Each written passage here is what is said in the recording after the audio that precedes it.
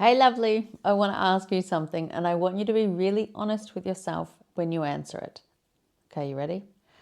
When was the last time you felt genuine excitement about your business? Not relieved that a deadline passed, not grateful a client paid, actually excited. If you had to pause to remember, this video is for you. Because what I see in founders who feel that way, it's actually not a passion problem. It's not even a strategy problem. It's burnout. And it doesn't look the way most people think it does. We have this image of burnout as someone who can't get out of bed, who walks away from everything. And for some people, yes, it gets that serious. But for most high-performing founders, burnout looks like still showing up, still delivering, still ticking every box. But inside, flat, running on adrenaline and obligation, not on vision and energy. Going through the motions because you've built something you feel responsible for, even when it's costing you everything. That's the burnout nobody actually talks about. And it's the most dangerous kind because you can stay in it for years and convince yourself it's just being a business owner. It's not.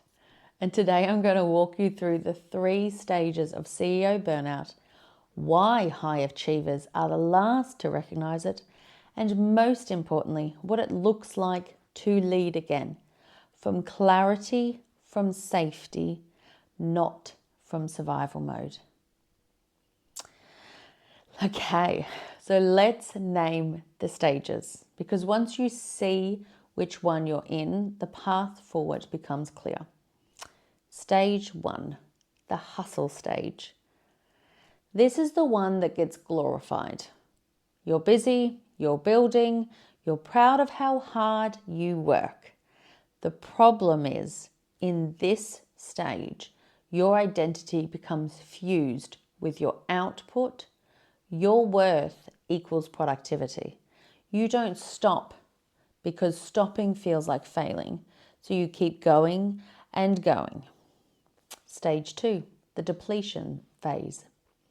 This is where most of my clients are when they find me. You're still delivering, but the joy is gone. Decisions that used to feel easy now feel heavy. You're more reactive than proactive. Irritability creeps in. You're not sleeping well, even when you have the chance. You're questioning whether this business is worth it, and then feeling guilty for questioning it. This stage is your body and your nervous system sending a very clear signal. You've outspent your reserves. Stage 3, the shutdown stage. This is where the body makes the decision the mind refused to. Illness, anxiety that stops you work, complete creative block, an inability to make basic decisions. The system forces a reset because you wouldn't choose one. Here's the thing, none of these stages are a personal failure. They are what happens when a brilliant, committed founder tries to hold everything by themselves for too long. That's not weak, that's human, but it is fixable. So why are high achievers the last to recognize it? I want to talk about why we miss it.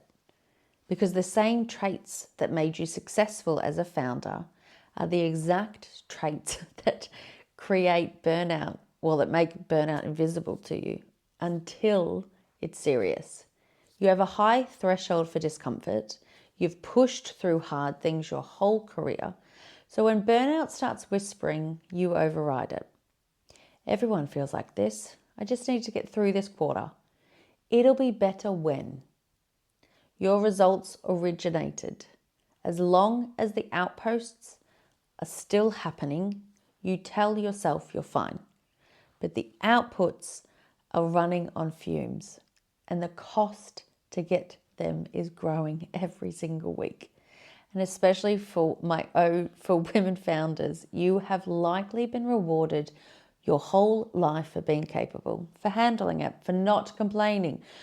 So asking for help or even acknowledging that something's wrong can feel like a betrayal of who you are. Believe me, love, I know that pattern intimately, and I want to say this directly. Recognizing burnout is not weakness, it is the most strategic thing you can do. Because a regulated leader, a CEO who is leading from safety and not from stress, makes better decisions, builds better teams, and creates better results every single time. The path through burnout is not pushing harder. It's actually building structure so the business stops needing your survival energy to run. Now, if you're sitting there thinking, okay, Kaitlyn, I see it, but I genuinely don't know where to start building that structure, I want to share something I created specifically for this moment.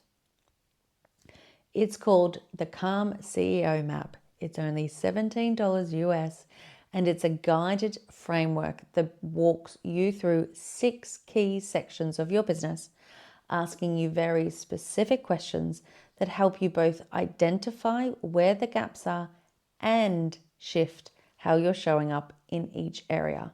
It's not a course, it's not a long program, it's a focused, actionable tool that gives you a clear picture of what needs to be built and in what order. The link is in the description box below. Okay, let's get going. So, how to actually start leading again? This is all about the practicalities.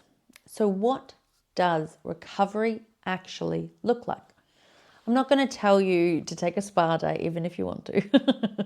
I'm going to give you 4 real practices that regulated CEOs use. Practice 1, name your energy budget. You have a finite amount of decision-making energy each day. Stop spending it on things that don't require you. This week, write down every decision you made. Circle the ones only you could make. Everything else, that's a delegation or a system waiting to happen. Practice 2, build a decision-free morning. The first hour of your day should have 0 decisions in it. What you eat, what you wear, what you do first. Systemize it. When your morning is structured, your nervous system starts the day regulated, not already reactive.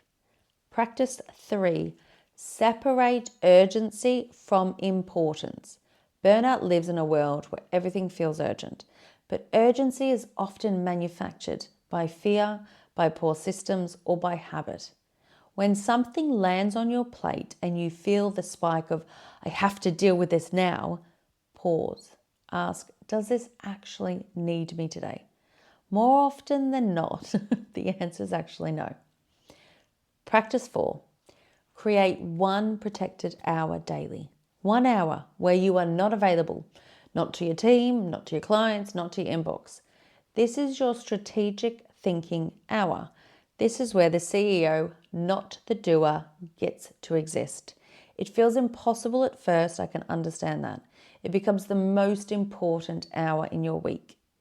These 4 practices won't change everything overnight, but they will begin to shift your baseline from survival to strategy. And from that place, you can actually build. Now, this week's homework, I want you to do just one thing. Write down the 3 things in your business that drains you the most. Not the hardest things, the most draining ones. The ones where you finish and feel emptier than when you started. Then, next to each one, write, is this draining because it's genuinely hard or because there's no system holding it? That answer will tell you exactly where to start. And if you want a guided way to work through all 6 sections of your business and identify where the structure needs to be built, The Calm CEO map is the tool for that. It's in the description. And I want to remind you that you became a founder because you had a vision. And that vision is still there, even when the burnout makes it feel far, far away. You don't need to abandon it. You need to stop carrying it alone. If this resonated, please subscribe.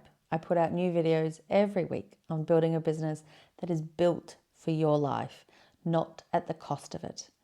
And drop a comment. Which stage of burnout did you recognize yourself in? I read every single one. And as always, a reminder, you've got this, and I'll see you in the next video. Take care for now.